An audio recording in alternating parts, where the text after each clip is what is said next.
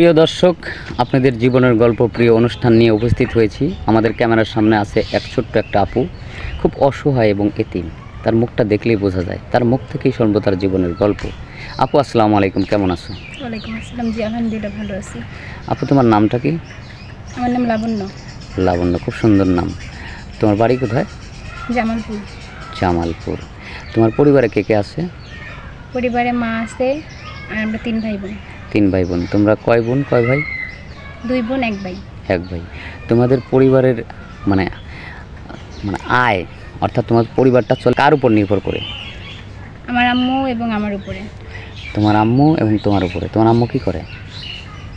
আম্মু ছোটোখাটো একটা কাজ করে। আচ্ছা, ছোটোখাটো কী কাজ? দর্জি কাজ করে। দর্জি কাজ করে। ও আচ্ছা। আর তুমি? আমি জব করতাম, বাট এখন করি না। কেন করো না? এই মানে কাজ করতে গেলে মানুষ আজে বাজে কথা বললে অনেক সময়গুলো শুনতে ভালো লাগে না। আচ্ছা, মানে অর্থাৎ খারাপ কোনো মন্তব্য করে, খারাপ কোনো মন্তব্য করে, মানে বাজে চোখে তাকায়, যার কারণে কাজ করতে ভালো লাগে না, এখন বসে আছো। জি। তো আমাদের ক্যামেরার সামনে আসার মূল কারণটা কি? কেন আসলেন? মূল কারণ হচ্ছে তুমি কোনো সাহায্যের জন্য আসছো না বিয়ে শাদির জন্য আসছো? কোনটা?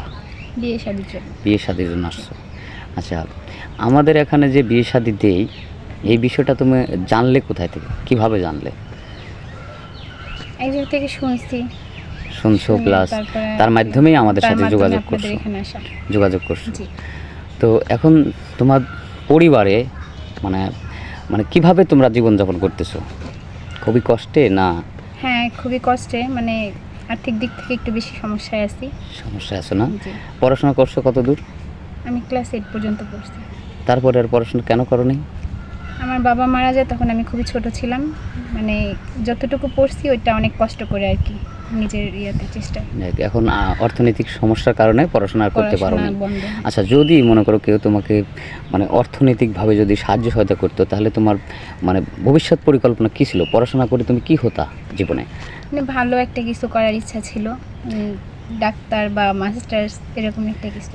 ডাক্তার অথবা মাস্টার হওয়ার জন্য তোমার ফিউচারকে মানে সাজাতে আর কি। হ্যাঁ, ফিউচারে চিন্তা ভাবনা ছিল, কিন্তু হয়তো অর্থনৈতিক কারণে তুমি পড়াশোনা করতে পারো না।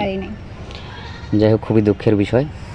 তো আচ্ছা, এখন যদি কোনো ভাই দেশি অথবা প্রবাসী যারা আমাদের এই চ্যানেলটা যারা দেখে, মানে দর্শকবিন্দু যারা আছেন, তাদের মধ্যে থেকে যদি কোনো ভাই তোমাকে পছন্দ করে বিয়ে করতে চায়, বিয়ে করে যদি তোমাকে পড়াশোনা করাতে চায়, হয়তো তার বয়স তোমার চেয়ে বেশি হতে পারে, যেমন হয়তো 30, 35 বা 40 এরকম হতে পারে।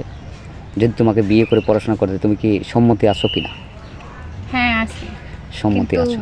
মানুষটা মানে সবকিছু জেনে শুনে নিয়ে যাবে, ভালো মানে অনেকটা ভালো হইতে হবে, ভালো মনের মানুষ হতে হবে। ভালো মনের মানুষ হতে হবে। এমনও হতে পারে তার হয়তো একটা বিয়ে করেছে, বিয়ে করার পর সে জীবনে একটু অসুখী আছে বা বউ অসুস্থ আছে, হ্যাঁ, যার কারণে হয়তো তোমাকে দ্বিতীয় বউ হিসেবে গ্রহণ করতে চায়। সেক্ষেত্রে তুমি কি করবে? যদি তার ফ্যামিলি সব কিছু মানে দেখে শুনে মেনে নিয়ে যায়, তাহলে আমি রাজি আছি। থ্যাংক ইউ, খুব সুন্দর কথা বলছো। যাই হোক, এখন যদি কোনো ভাই তোমার সাথে যোগাযোগ করতে চায়, তাহলে কিভাবে করবে? তোমার কোনো ফোন নম্বর আছে? ফোন নাম্বার তো নাই। তাহলে যোগাযোগ করলে এখানে যোগাযোগ করতে হবে, আমাদের সাথে যোগাযোগ করতে হবে, যোগাযোগ করে আমাকে জানাতে হবে। সুপ্রিয় দর্শক, শুনলেন, আমরা আর স্কিপ বাড়াবো না। এই মেয়ের মুখ থেকে সব কিছু শুনলে, তার কোনো পার্সোনাল ফোন নেই, তার দুঃখের কথা শুনলেন। যদি কোনো ভাই সহৃদয়বান কোনো ব্যক্তি যদি এই মেয়েটাকে পছন্দ করে থাকেন, তাহলে আমাদের স্ক্রিনে নম্বর দেওয়া থাকবে, ইমো আর হোয়াটসঅ্যাপ দেওয়া থাকে। কেউ ভিডিও কল অযথা দিবেন না, কল করবেন, অডিও কল করবেন, এবং আমরা ইনশাল্লাহ চেষ্টা করব আপনার সাথে যোগাযোগ করে দেওয়ার জন্য। সেই সাথে ভালো থাকবেন, সুস্থ থাকবেন। আল্লাহ হাফেজ।